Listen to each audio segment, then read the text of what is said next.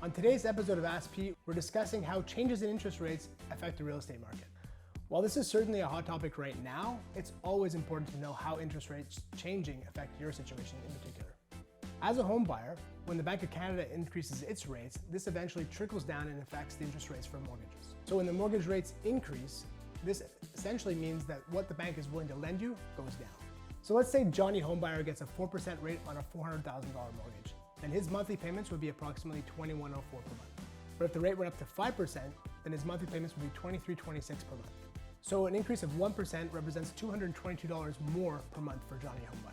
So what this means is that as interest rates increase, affordability decreases. So in this example, Johnny homebuyer qualifies for a $400,000 mortgage at 4% interest. But at 5% interest rate, lenders can only afford to offer Johnny a $355,000 mortgage based on his qualifications.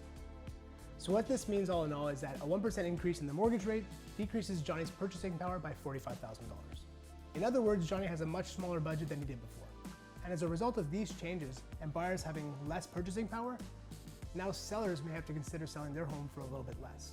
Of course, we'd love to be able to time the market perfectly and know when to sell and when to buy, but that's just not realistic.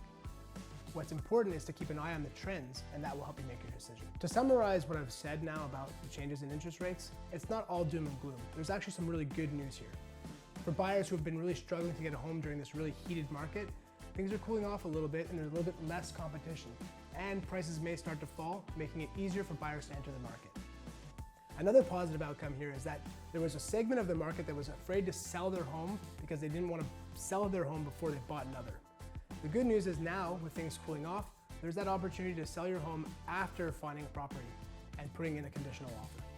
So I really hope this video about how the interest rates affect the real estate market helps. And if you have any more questions about this topic, feel free to reach out, call, text, email, or write in the comments below.